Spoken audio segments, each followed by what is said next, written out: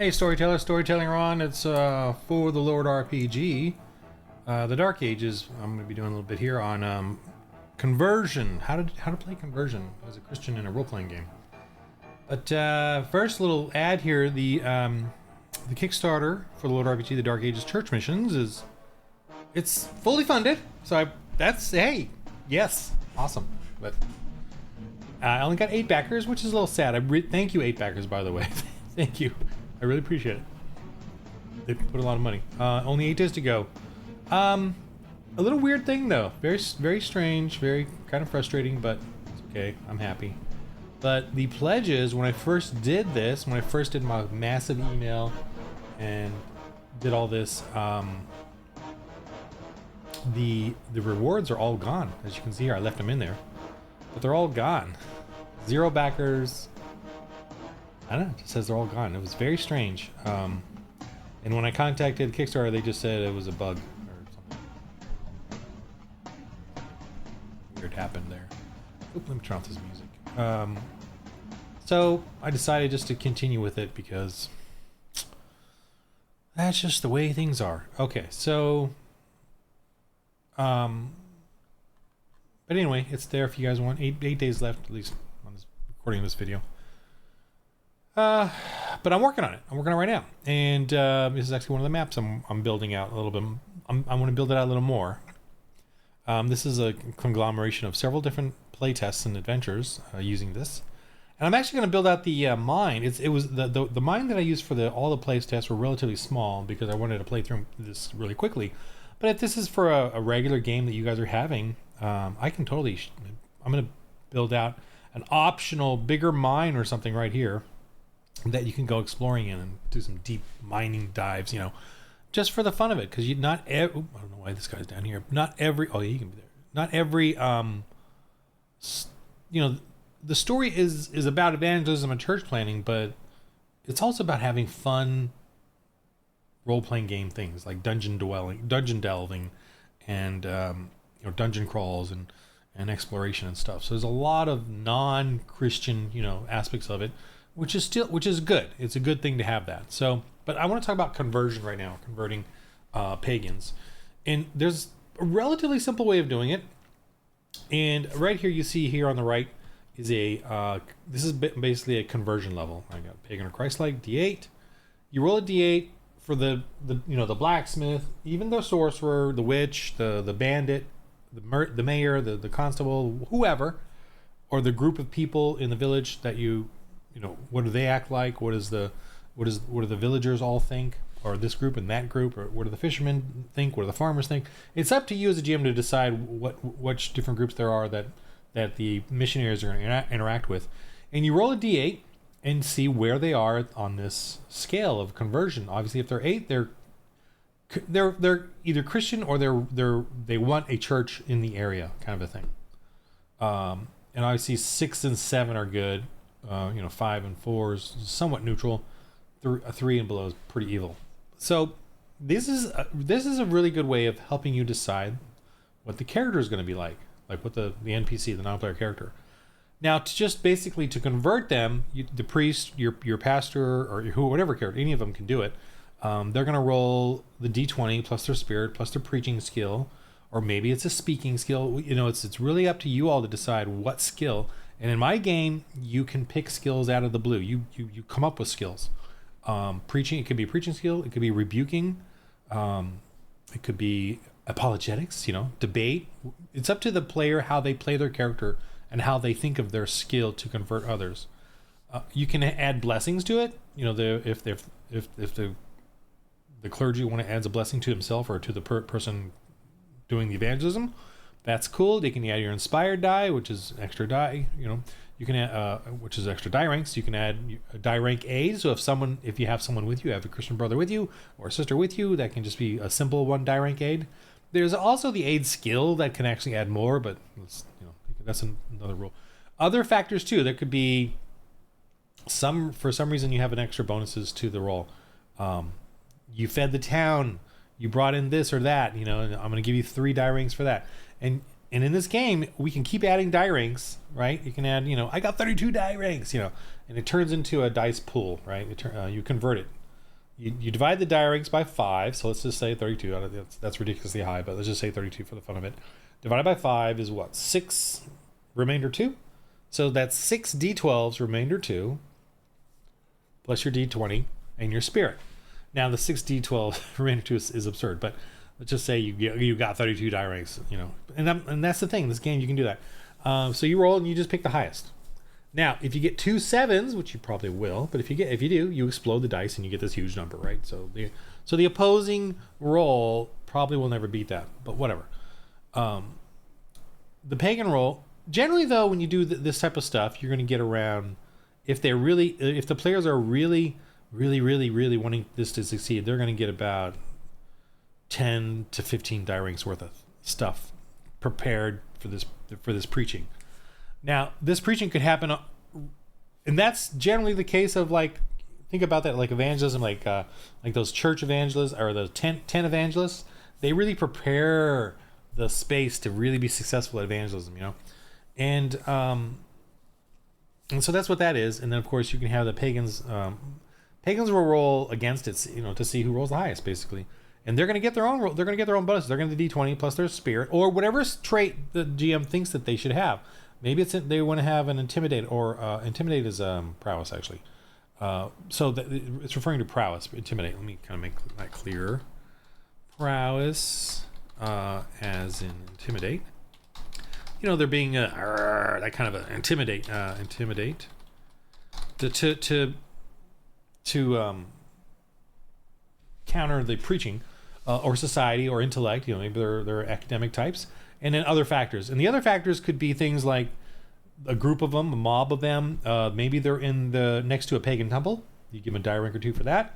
Maybe there's a witch out there preaching, casting a little black magic to keep everyone stubborn, etc., etc. So you could have that kind of a die ranks to their roll. And same thing, they could get 32 die ranks, and they have to roll, they can get high too and explode the dice. So whoever wins.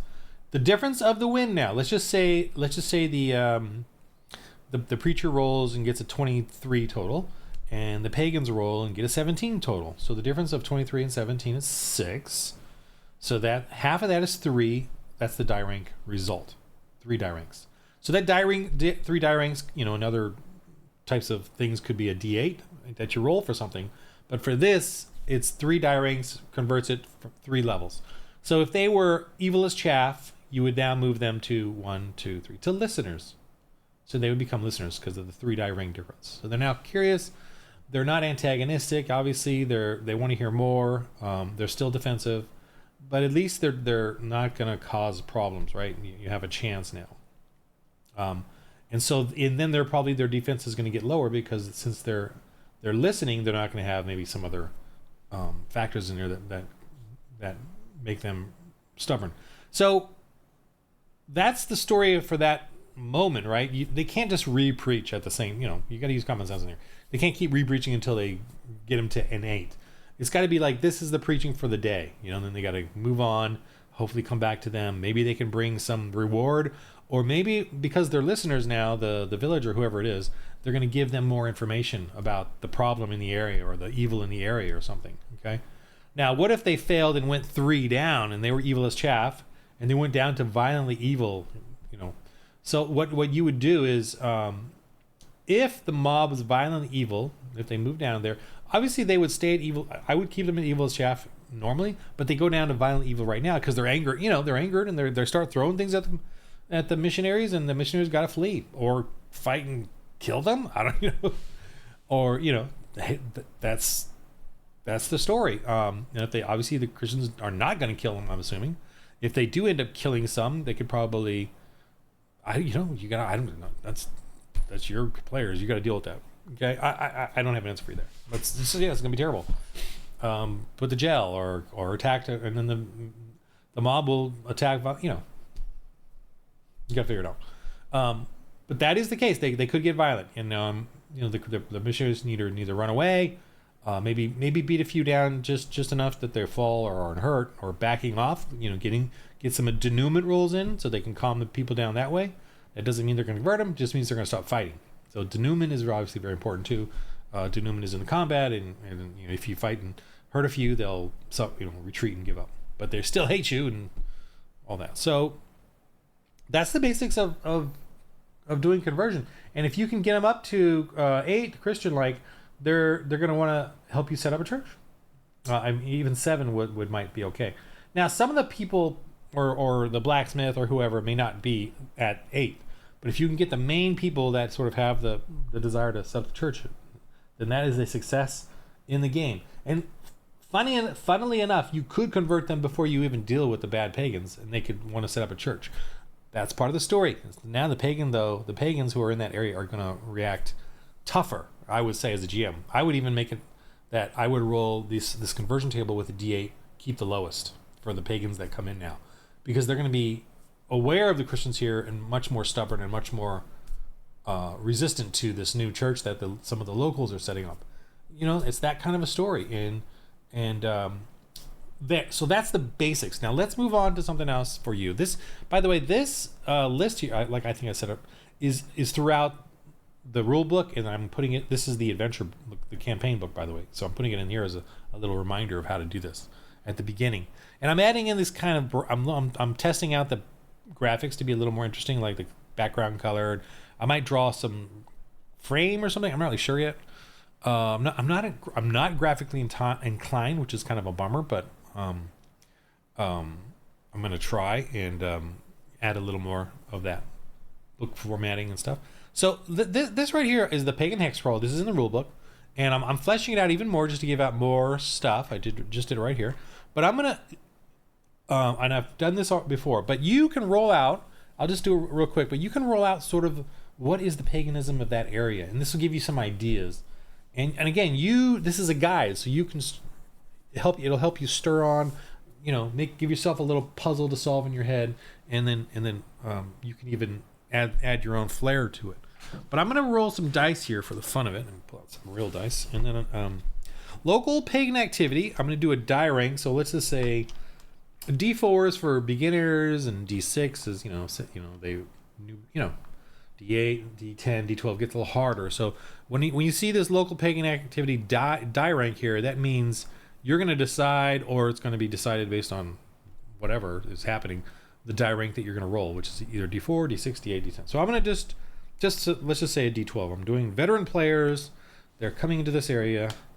A 1. I rolled a 1. So hey, it's kind of a fun challenge as a GM to be creative about this.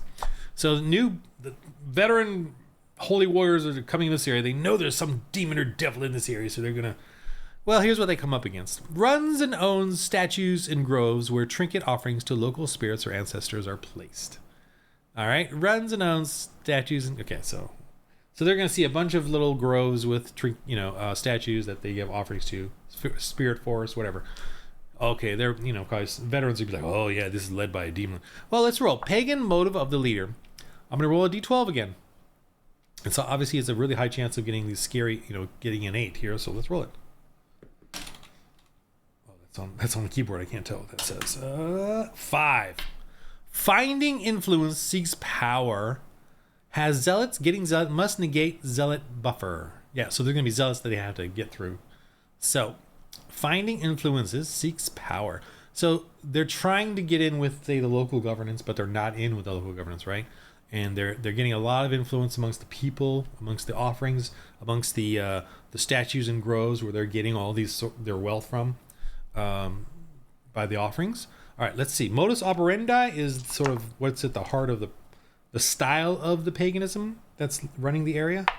4, greed. Okay, so they're after the coins, treasure, stealing, taking control. They want riches through criminal activity. It could be a con or through intimidation of force. Okay, so they're getting influenced. They're getting a little happening there. Location source. Let's roll that. A 6.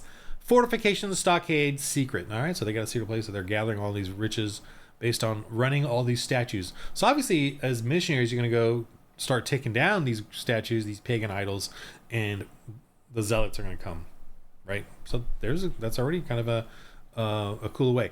Okay, let's just go on. Let's do a local extrapolation. Use the DR above for below. So I could use the DR of 6, DR a D6 to do it, But I'm just going to D12 just because I'm trying to be like this, the veteran thing. So for location extrapolation, established rating is a 4. Pagans have taken over area, removing others who may be nearby and disdainful. More established security, reinforced defenses, somewhat organized way of entering, exiting, planned movements.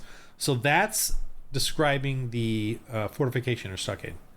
The established rating is for this location. Established location rating? Rating. Let me squeeze those words together. No, wrong way. Wrong one. Okay. Established location rating is like how well established that place is. For security, if it's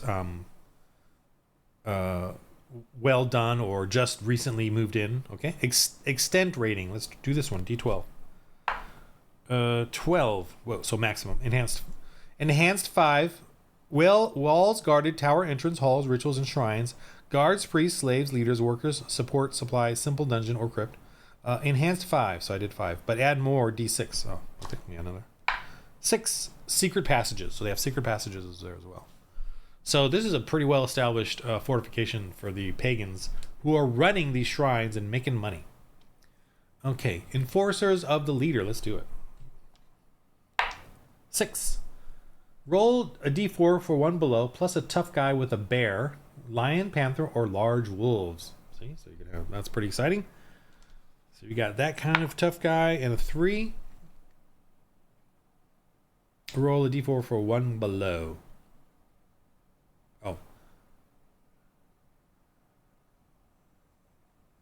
Oh, for 1 below. Okay, so a 3. Hired bandits, brigands who may have their own initiative or agendas or prefer pagan ways. So this one, I'm going to roll a d8 on their conversion level to see what they're going to be like. Generally, I'm going to make them bad. But I'm going to make a couple. I'm going to roll to see if they're really bad or if maybe they're secretly Christian and may help. Now, as a GM, I'm going to decide on that, who and what is here. Let me just do it right now. Conversion level. I'm going to do this for the general bandits. I'm going to pick the lowest. I rolled 2d8, so a 2. So they're very evil. But I'm going to roll 1 interesting bandit to see what he is. 4. So a 4 is going to be a neutral evil. Okay, but that to me means they're just all pretty much evil in a sense. So I'm going to keep it like that. So there's going to be what I roll? A tough guy with a bear, lion, panther, or large wolves. And then some bandits, that are running the place. Enforcer enhancements. Let's do it. List of items enforcers might have to aid them. I'm gonna do an email thing there. Okay. Because I got to. So I'm redoing. I did an email blast at the beginning of the Kickstarter with the failed reward, the rewards that were all canceled for some reason. And I did a whole email blast based on my website. And now I'm able to afford to do it again because I got the minimum email thing. Anyway, I'm going to do that here in a sec. All right, let me roll a d12 for enforcer enhancements. What do they have? 12. Roll twice and add 2. If 12 again, add something special. Roll twice for 2 or whatever. 11 and 1. Wow. Richly garbed and trinkets, add d6 for social. That makes sense. Add d6 DRs for. All right, let me do that right now. So all the bandits and the leader, 5 die ranks. So they are influencing the locals. They look rich. So this is going to be you know what I mean? That's how they all look rich priests, rich guards, picking up the offerings from all the the whatevers. And I rolled a 1 as well. Bad morale, lame, worn gear, bad attitude all around. Ooh, wow, that's tricky. Okay, well, those are going to be the bandits or something. Those are going to be they're going to be the ones that kind of do the enforcement locally. So, and then these will be the more high-end ones, and they're influencing the people in the town. Makes sense to me. All right. Adventure table side quests. Optional rumors or pervasive concerns by locals. Let's just for the fun of it. I'm adding sort of flavor to the setting. 2. Only weak rumors of tomfoolery and mishaps by locals. Rumor mongers keep beguiling smiles. So you got people that will talk about tomfoolery and mishaps by locals. So they're all just kind of whatever, they don't care. Let me roll a d8 for the side quests. 2. There is a fear of a creature hunting nearby. See, so you can have a little side quest there.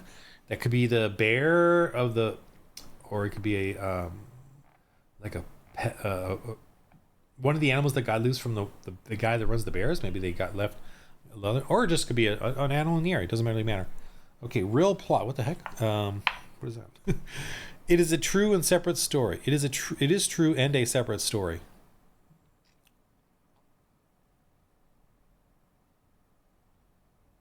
Oh, it is true and a separate story. The hunting the bear, yeah. Only weak rumors of mishaps by locals. Oh, okay, so this is all kind of tied together. They're talking about, there's foolish things happening, mishaps by locals, nothing, no big deal. But there's actually a beast in the area. Fear of a creature hunting. What did I roll? Yeah, that one. Fear of a creature hunting by. It is true and a separate story. So it's separate from the main plot, but there is a beast in the area doing something. That's what that means. Okay, boy, I wrote this. I don't know. Okay, additional. Did I explain that up here? Let's see. Optional rules are prohibited crimes by locals.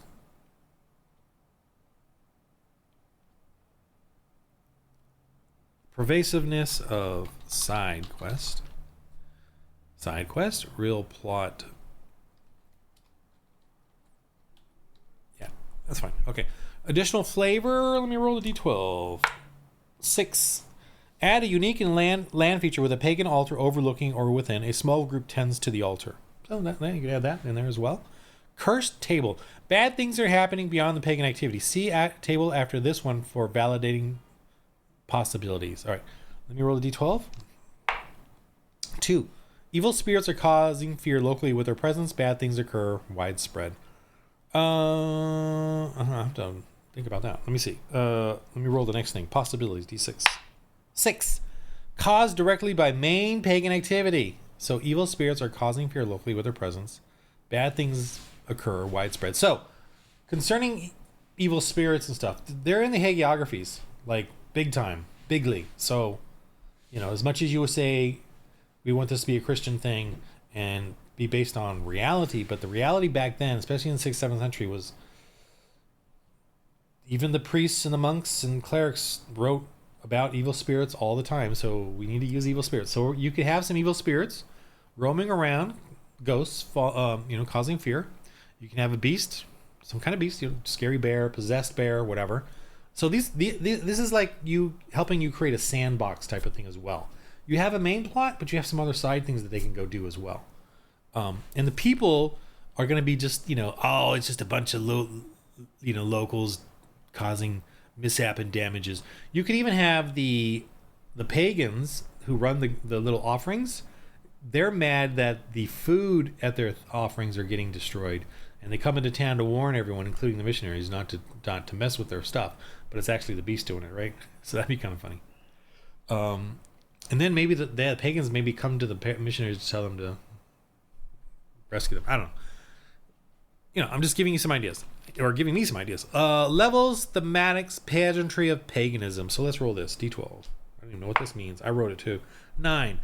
Deities, idols, pantheon. Okay, so kind of what you're going to put in the grove and where they get the offerings is going to be. So Pan, the forest deity, Bacchus. I'm thinking Germanic stuff. So it's more of the deities, the pantheon, as opposed to like ancestors or nature or evil spirits or totems. They actually are sort of the clean-cut deity type pantheon. Okay, family-friendly pagan activities. Okay, so this is weird. This is going to be a little more fleshing out of the activities. What level of this is going? 11. Wow. Again, these are all a guide. You don't have to even go through all these. You can just kind of stop somewhere and say this is enough. Outright murder, conquest, slavery, end goal of tyranny, a decaying culture all around with bloated temple priesthoods and clans hiding away, knowing murder and backstabbing is the norm. So you can have that going on along with this role of a number 1. Runs and owns statues and groves where trinket offerings to local spirits or ancestors are placed. Okay, so I put local spirits and ancestors there, so that's if you want to do a basic one. But if you want to go into more detail, it could be the deities, idols, and pantheon, which is fine, either one. Same freaking thing. Okay, and then you can have it so that there's. I don't know if I would, I would probably not do outright murder, conquest, slavery. I would do slavery like at the fortification that they have. They have the slaves running, the place. They have slaves there. They buy slaves. They sell slaves because they're all about greed. It's all about greed for them. They got these rich priests, right? The high people are richly garbed. Then their bandits are all tattered and poor. And see, so that's the villain. And then of course you got a beast you can put in there, and you've got some ghosts you can put in there somewhere to like haunt an area or something as well. And each of those achievements, if they deal with the ghosts, they fight them and rebuke or whatever exorcism and stuff. If they defeat the ghost, if they defeat the beast, that will help them with the locals, who might help them against the pagan activity that's happening. And so that's the way you set up your there are different kind of scary things. And I'm creating this adventure book, by the way, that here, and I'm working on it right now. I'm just working on it day to day. But it's this whole area right here. Oh, it's actually more than that. Where's the main map? Do I have the main map in here? I have the main map in the main rule book. Let me go find it real quick. It's this one here. So the campaign book is going to be this whole area right here, and generally start here at Ravio and you go around. But they can go wherever they want.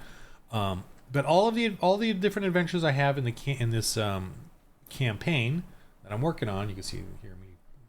I have it all made. I have all the places done as far as ideas and play testings, but I want to flesh them out even more because if you're in a campaign, you can obviously do more sandboxy stuff and add more creatures and more little local sites, and like I said, like increase the this map as well, increase the mine here, because all of them were done very, very succinctly, like all the different adventures they did, because I was just sort of running through and getting a playtesting and feeling all this stuff out.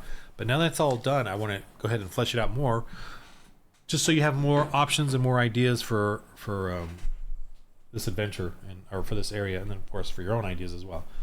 Okay, so that's it for my video here on a Christian role-playing game where you play as an actual Christian, you evangelize, you plant churches, and it's a real role-playing game with combat and black magic, evil spirits, and pretty much monsters and creatures, but I kind of keep it grounded, sort of an amalgam of the Dark Ages, of the early medieval ages, of the church history, so that kids and players can get that sense of evangelism and church planning that went on back then, and how fantasy is really the struggle between Christians and pagans, because everyone back then believed the pagans all believed in dwarves, elves, giants, witches, blah blah blah. And so did the Christians, technically. I mean, in a sense, they feared them as demonic activity and stuff. So, what's happening today? Sorry, I got a sunburn thing. But what's happening today is role playing has removed Christianity, and everything in the role playing now is just pagan. And when everyone plays now, they all have to act like a pagan, and that's all. I feel like that's all our mindset is turning into pagans. And thankfully, there's plenty of revivals going on. But this, since I know the RPG culture and have been in it for so long.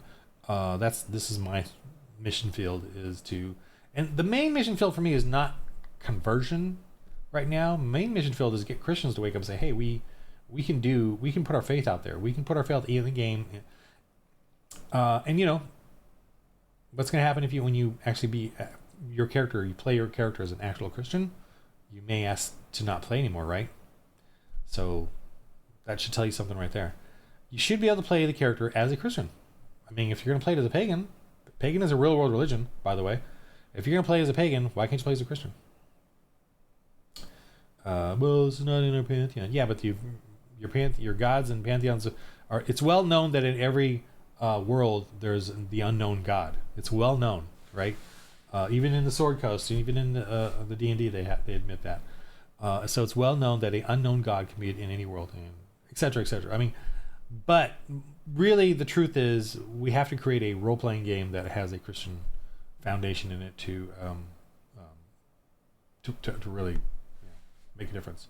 And the goal is to gather up Christians, to gather Christians into these groups, kids, adults, and to teach evangelism and church planning and get that psyche of it. And then as you get good at it, you start using it as a ministry and evangelism tool to bring in others, to bring in other Christians or non-Christians, to show them why Christianity is better than paganism. And by the way, paganism today is being right gentrified, for a little while. It's pretending it's good for a little while until it can get its claws into the culture, which is it's doing a good job of it. So we have to remind people what paganism really is, and that's why I'm doing for the Lord Dark Ages, or for the Lord RPG games, is to remind you what paganism really is. Paganism is basically any religion that is outside of Jesus Christ and God, right? It really is. It's paganism is, I'm the God. I get to choose who I worship. I get to choose if I'm saved. I get to choose how I get saved. I got to do this. I got to do that. I'm good. It's this whole thing about giving offerings. What I do by giving, paganism, what I do in giving offerings and stuff, I'm going to get back in return, right? I'm going to get everything I want. And it's very self-centered, atheism, secularism, paganism, Islam. It's all about, when I do this, I get what I want, kind of a thing. So, so that's, and then Christianity is not about that. It's about Jesus. Okay. Anyway, the game of life. Roll holy dice.